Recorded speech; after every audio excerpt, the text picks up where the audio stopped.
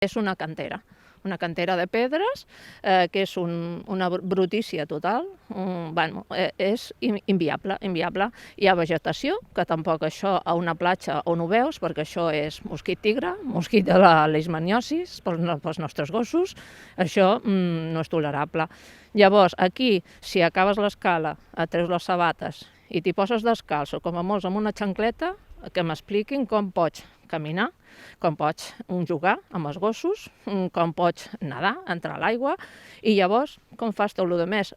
Una sombrilla, com poses un parasol aquí? Com no t'hi portis el taladro, és impossible. Es recomana que les persones que accedeixin a aquesta cala ho fan sota la responsabilitat, la seva, ni bany ni pescar.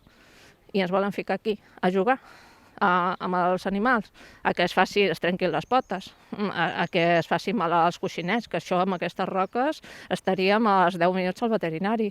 I dius, com t'hi fiques a nedar amb el teu gos? Com t'hi fiques a jugar amb una pilota, amb cordes, amb pals, que els agrada? Impossible. Si a la sorra no hi ha pals, perfecte, és que és el que volem. Ja portarem pilotes i cordes i el que sigui. Però ni que fiquin aquí una dutxa, ni que fiquessin sorra, que és impossible, perquè a la que vingués la primera pluja també suportaria. És que no tindrem res. Aquí no, és que no vindrem. Una platja bruta, plena de pedres. Les platges amb pedres provoquen talls amb els gossos, salten. Els gossos no raonen, no li pots dir estigues quiet. Provoquen lesions a les almohadilles.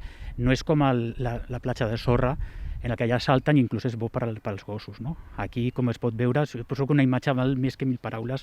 Aquesta platja no està condicionada perquè sigui per gossos. Jo no la portaré aquí.